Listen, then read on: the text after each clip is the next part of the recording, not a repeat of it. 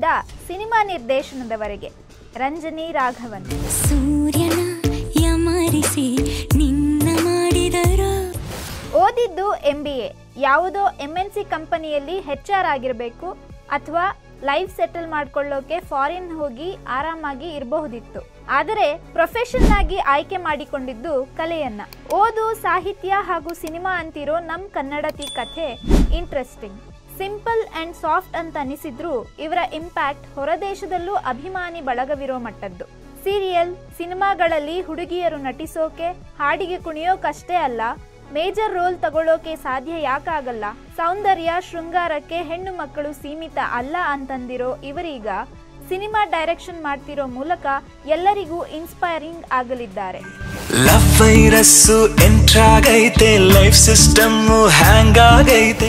ಇವರು ಕನ್ನಡದ ಜನಪ್ರಿಯ ಧಾರಾವಾಹಿ ಕನ್ನಡತಿಯ ನಾಯಕಿ ರಂಜನಿ ರಾಘವನ್. ಮೂಲತಃ ಬೆಂಗಳೂರಿಗರಾಗಿದ್ದು ಓದಿದ್ದು MBA ಆದ್ರೂ ಕೂಡ ಸಾಹಿತ್ಯದಲ್ಲಿ, ನಟನೆಯಲ್ಲಿ ತಮ್ಮನ್ನ ತಾವು ತೊಡಗಿಸಿಕೊಂಡಿದ್ದಾರೆ. ಬಾಲ್ಯದಿಂದಲೇ ಕಥೆ, ಪುಸ್ತಕ ಓದು, ಸಂಗೀತ, ನಾಟ್ಯ ಹೀಗೆ ಆಸಕ್ತಿ ಹೊಂದಿದ್ದರ ಜೊತೆಗೆ ಓದಿನಲ್ಲೂ ಮುಂಚೂಣಿಯಲ್ಲಿದ್ರು.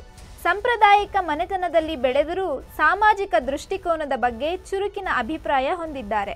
ಆಕಾಶದೀಪ ಎಂಬ ಧಾರಾವಾಹಿಯ ಮೂಲಕ ನಟನೆ ಆರಂಭಿಸಿ ಕೆಳದಿ ಚೆನ್ನಮ್ಮ ಧಾರಾವಾಹಿ ಸೇರಿದಂತೆ ಮಲಯಾಳಂನ ಪೌರ್ಣಮಿ ತಿಂಕಲ್ ಎಂಬ ಧಾರಾವಾಹಿಯಲ್ಲೂ ನಟಿಸಿದ್ದಾರೆ.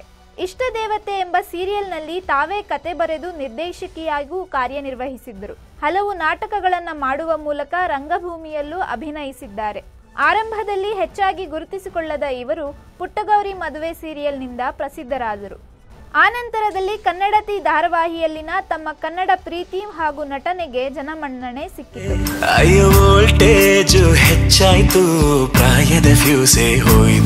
ಸೌಮ್ಯ ಸ್ವಭಾವದಿಂದಲೇ ಜನರ ಮೆಚ್ಚುಗೆಗೆ ಪಾತ್ರರಾಗಿರುವ ರಂಜನಿ ಅವರ ಕನ್ನಡ ಅಭಿಮಾನ ಹಾಗೂ ಮಾತುಗಾರಿಕೆಯಿಂದಲೂ ಜನಪ್ರಿಯರು. ಸುಶ್ರಾವ್ಯವಾಗಿ ಹಾಡುವ ಇವರು ಸಣ್ಣ ವಯಸ್ಸಿನಲ್ಲಿ ಸಂಗೀತ ಕಾರ್ಯಕ್ರಮಗಳಲ್ಲಿ ಪಾಲ್ಗೊಳ್ತಿದ್ರು.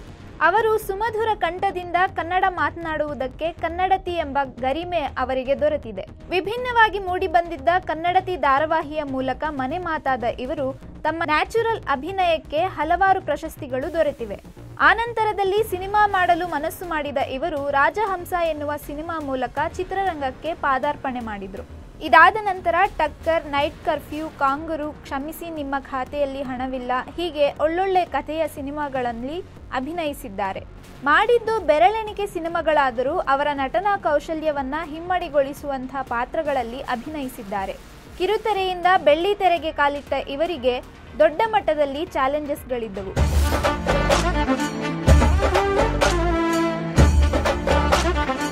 ಸೀರಿಯಲ್ ಕರಿಯರ್ ಮಧ್ಯೆ ಸಿನಿಮಾದಲ್ಲಿ ನಟಿಸೋದರ ಮೂಲಕ ತಮ್ಮ ಸಾಮರ್ಥ್ಯವನ್ನ ಹೆಚ್ಚಿಸಿಕೊಂಡು ಉದಯೋನ್ಮುಖರಾಗಿ ಹೊರಹೊಮ್ಮುತ್ತಿದ್ದಾಗಲೇ ಪುಟ್ಟಗೌರಿ ಮದುವೆ ಸೀರಿಯಲ್ನ ಒಂದು ದೃಶ್ಯದಲ್ಲಿ ಟ್ರೋಲ್ ಆದ ಇವರಿಗೆ ಲಕ್ ಅಥವಾ ಅದೃಷ್ಟ ಅನ್ನೋದು ಕೈ ಕೊಟ್ಟಂತಾಗಿತ್ತು. ಹೊಸದಾಗಿ ಇಂಡಸ್ಟ್ರಿಯಲ್ಲಿ ಪ್ರಮೋಟ್ ಆಗುತ್ತಿರುವಾಗಲೇ ಸಿನಿಮಾಗಳು ಗುರುತಿಸಿಕೊಳ್ಳಲೇ ಇಲ್ಲ ಒಂದು ಕಡೆ ಆದ್ರೆ, ಅವು ತೆರೆ ಕಂಡು ಒಂದಷ್ಟು ಕಾಲ ಕಳೆದ ನಂತರ ಅವರ ಅಭಿನಯಕ್ಕೆ ಜನರು ಪ್ರೀತಿ ತೋರಿದ್ರು. ಕಥೆ ಚೆನ್ನಾಗಿದ್ರೂ ಸಹ ಅವರು ಮಾಡಿದ ಸಿನಿಮಾಗಳು ಒಂದಲ್ಲ ಒಂದು ರೀತಿ ಸಮಸ್ಯೆಗಳನ್ನ ಎದುರುಗೊಂಡವು. ಅದೇ ಸಂದರ್ಭದಲ್ಲಿ ಅವರು ಬರೆದ ಕತೆ ಡಬ್ಬಿ ಕಥಾ ಸಂಕಲನವು ಅನೇಕ ಸಾಹಿತ್ಯಾಸಕ್ತರಿಗೆ ಇಷ್ಟವಾಯಿತು.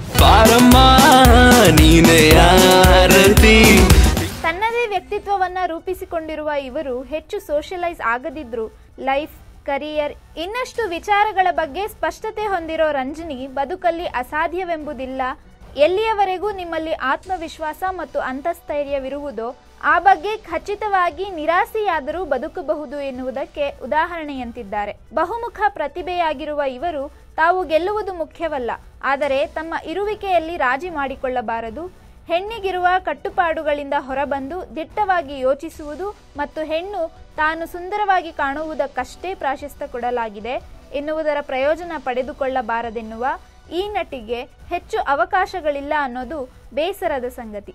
ಸಹನಟ ನಟಿಯರಿಗೆ ಅಚ್ಚುಮೆಚ್ಚಿನವರಾಗಿ ತಮ್ಮ ಪಾತ್ರ ನಿರ್ವಹಣೆಯಿಂದ ಜನರಿಗೆ ಆತ್ಮೀಯವಾಗಿರುವುದು ಅವರ ಇನ್ಸ್ಟಾಗ್ರಾಮ್ ಹಾಗೂ ಸೋಷಿಯಲ್ ಮೀಡಿಯಾದಲ್ಲಿ ದೊರಕಿರುವ ಲೈಕ್ಸ್ ಹಾಗೂ ಮೆಚ್ಚುಗೆಗಳೇ ಸಾಕ್ಷಿ. ಸರಳತೆ ಮೆರೆದಿರುವ ರಂಜನಿ ಹೆಚ್ಚು ತಲೆ ಕೆಡಿಸಿಕೊಳ್ಳದ ಸಹನಾ ಮೂರ್ತಿ ಎಂದರೆ ತಪ್ಪಾಗದು.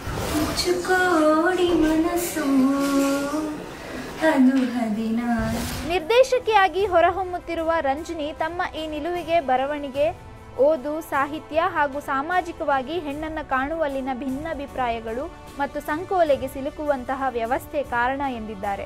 ಇದಕ್ಕಾಗಿ ಅವರು ಶ್ರಮಿಸುತ್ತಿದ್ದಾರೆ ಕೂಡ. ಇದೀಗ ಡಿಡಿಕ್ಕಿ ಎಂಬ ಸಿನಿಮಾವನ್ನ ನಿರ್ದೇಶಿಸಿದ್ದಾರೆ. ನಿರೀಕ್ಷೆಗಳ ಜೊತೆಗೆ ಕುತೂಹಲ ಮೂಡಿಸಿರುವ ಚಿತ್ರವಿದಾಗಿದ್ದು ಹೊಸ ಪ್ರಯತ್ನದೊಂದಿಗೆ ತೆರೆ ಮೇಲೆ ಬರಲಿದೆ. ಸಂದರ್ಶನಗಳಲ್ಲಿ ಮಾತನಾಡುತ್ತಾ ತಮಗೂ ಕಥೆಗಳಿಗೂ ಇರುವ ನಂಟಿನ ಬಗ್ಗೆ ಖುಷಿಯಿಂದ ಹಂಚಿಕೊಳ್ಳುವ ಇವರು ತಾವು ಸ್ಕ್ರಿಪ್ಟ್ ರೈಟಿಂಗ್ ಹಾಗೂ ಡೈರೆಕ್ಷನ್ ಕಡೆಗೆ ವಾಲಲು ಬರವಣಿಗೆ ಮತ್ತು ಹೆಣ್ಣಿಗಿರುವ ಸಾಮಾಜಿಕ ಧೋರಣೆ ಕಾರಣವೆನ್ನುತ್ತಾರೆ. ಹುಡುಗಿಯರು ಬರಿಯ ಫ್ಯಾಷನ್, ಅಡುಗೆ, ಮನೆ ಕೆಲಸ, ಅಳುವ ಭಾವನ ಜೀವಿಯಷ್ಟೇ ಅಲ್ಲ, ಆಕೆಗಿರುವ ಅಸ್ತಿತ್ವವನ್ನು ಅವಳಷ್ಟೇ ಬಲ್ಲಳು. ಹೀಗಿದ್ದಾಗ ಯಾಕೆ ಯಾವುದೇ ಸಿನಿಮಾ ಕ್ಷೇತ್ರದಲ್ಲಿ ಮುಖ್ಯ ಭೂಮಿಕೆಯಲ್ಲಿ ಹೆಣ್ಣಿಗೆ ಸ್ಥಾನವಿಲ್ಲ ಎಂದು ಪ್ರಶ್ನಿಸಿದ್ದಾರೆ. ಹೀರೋಯಿನ್ ಅಥವಾ ಕಥಾನಾಯಕಿ ಅಂದ್ರೆ ಬೋಲ್ಡ್ ಅಂಡ್ ಗ್ಲಾಮರಸ್ ಆಗಿದ್ದು ಮೈ ತೋರುವ ಬಟ್ಟೆ, ಚುಂಬಕಗಳ ದೃಶ್ಯಕ್ಕೆ ಒಪ್ಪಿಗೆ ನೀಡಬೇಕು ಅಂತೆಲ್ಲ ಇರೋ ಕಂಡೀಷನ್ಡ್ ಅಂಡ್ ಕಲರ್ಫುಲ್ ಪ್ರಪಂಚದಲ್ಲಿ ತಾವು ಗಂಡಿನಷ್ಟೇ ಸಮಾನಳು ಎಂದು ಅರಿತು ನಿಜವಾದ ಸ್ಪರ್ಧೆಗಿಳಿಯಬೇಕಾಗುತ್ತದೆ ಎಂದಿದ್ದಾರೆ. ನನ್ನ ಎದೆಗ್ಯಾಕೋ ಕನ್ನ ಬಿದ್ದು 100ಗೆ ಫೋನ್ ಹೋಯಿತು. ಇದಾಗಿತ್ತು ಇವತ್ತಿನ ವಿಶೇಷ. ನೋಡ್ತಾ ಇರಿ ಇನ್ಸೈಟ್ ರಶ್ ನ್ಯೂಸ್.